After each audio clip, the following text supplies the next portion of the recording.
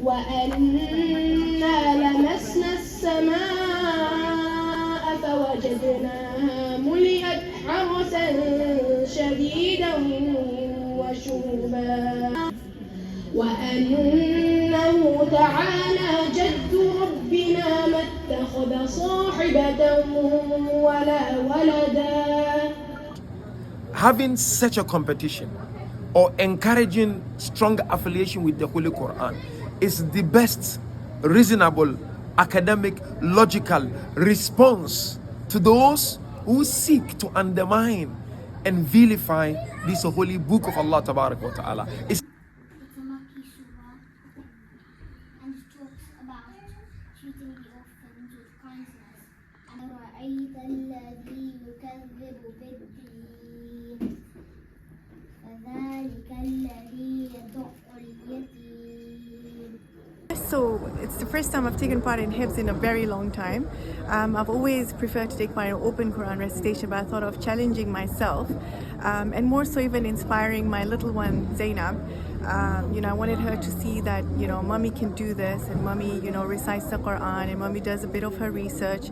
And this time I really loved it because there was a little bit of a brief description of the surah that you had to talk about. So that encouraged us to look at the meaning and to reflect on the meaning as well, which was very beneficial.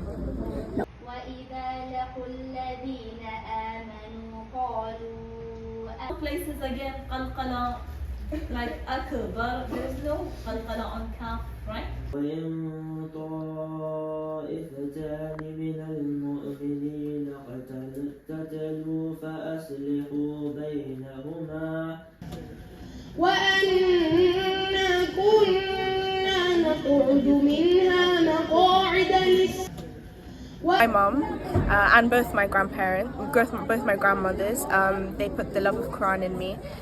So it is interesting when he says that when a student goes to Hausa and he starts learning, at the first instance it is Hal, when he's just learning. When he's studied for a few years, then it becomes Maqam Tajazzi, which means he is picked up. فمن يستمع الآن يجد له شهابا رصدا. Come out from a really grilling session of tafsir. How was it? No, it was an amazing experience. Just to be in front of two qualified scholars of Sheikh Muzzaldina and Sheikh Nuru. I guess it gave me a very kind of encouragement to learn more about the Quran. I think. You realize that when you go into this, how little you know about the Quran.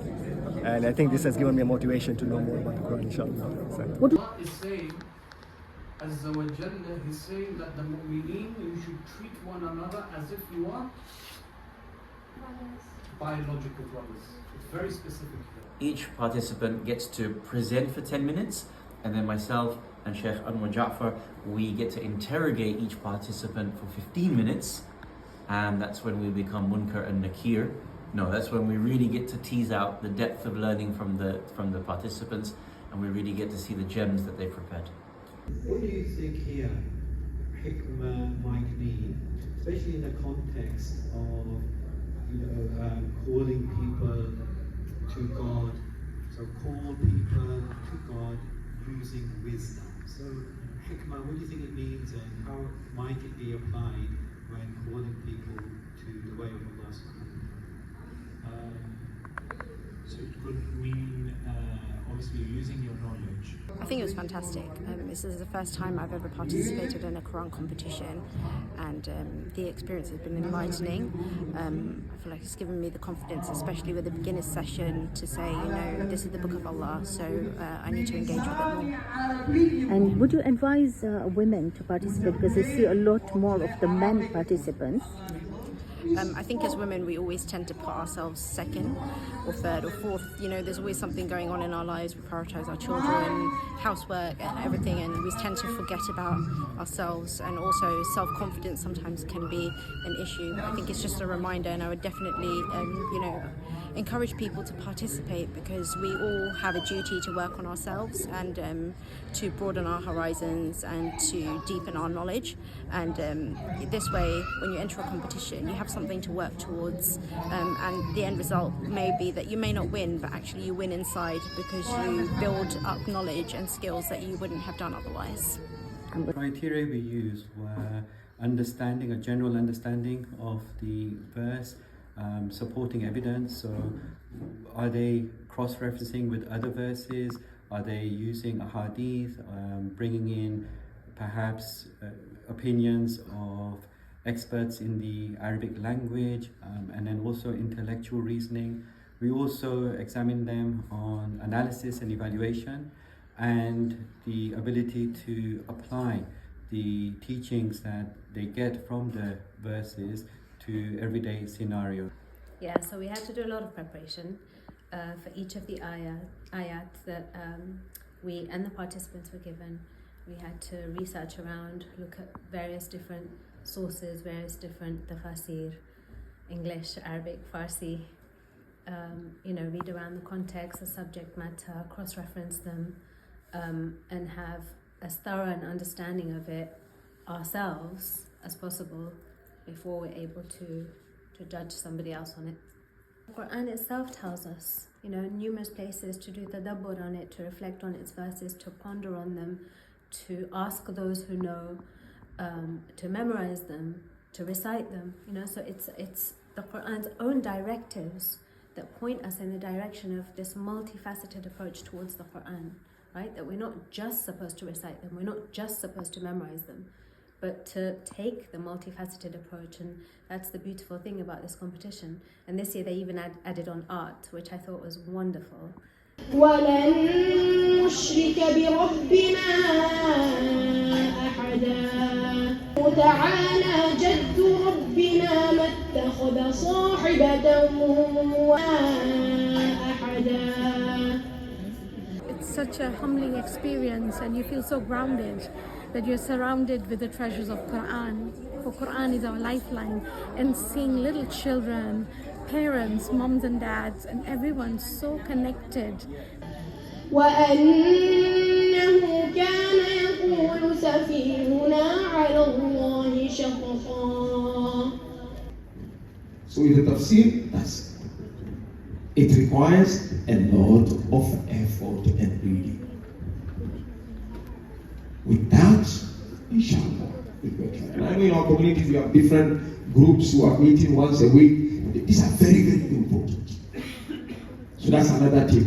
You have a group of people, friends, say once a week, once in 2 weeks, you come together, say you take tafsir namuna, for example, or you take tafsir al-Amthalafatullah Makarim, for example, or you take tafsir Mizan, for example. You say, okay, this next week or next month, we're going to look at this chapter.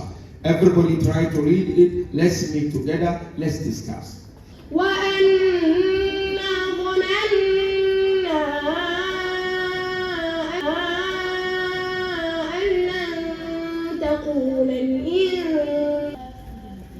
وَأَنَّا لَمَسْنَا السَّمَاءَ فَوَجَدْنَاهَا يَعُوذُونَ بِرِجَالٍ مِّنَ الْجِنِّ فَزَادُوهُمْ رَهَقًا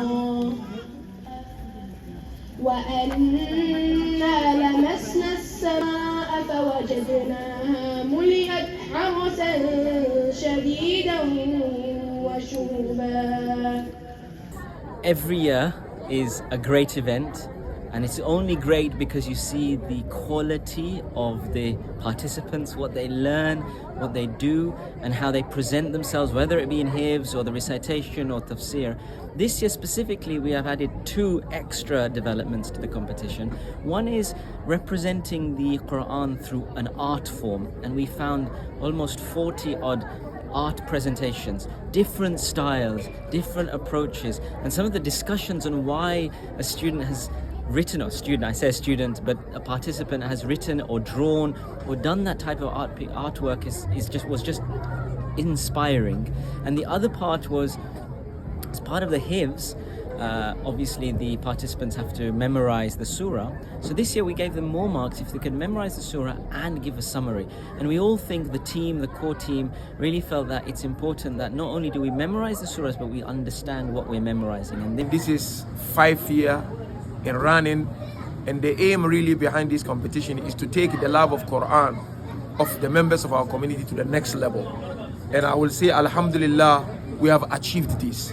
Today, through the blessings of this competition, we have people who are really inclined to the understanding of the Holy Quran, and they are putting a lot of effort. This year I've seen people coming discussing Quran from the linguistic perspective, from the grammatical perspective, which we've never seen it before.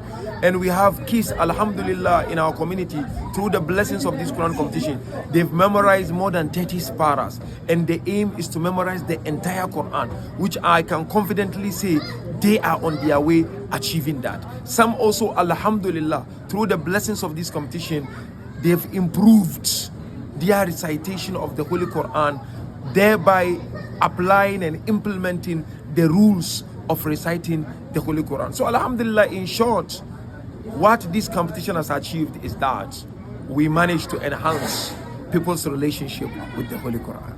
The plan is to see almost all our jama'at having their internal Quran competitions, so that the winners will meet at a particular venue, be it Birmingham, be it London, either Stanmore or Hyderabad or Leicester or Peterborough or Paris for the finale.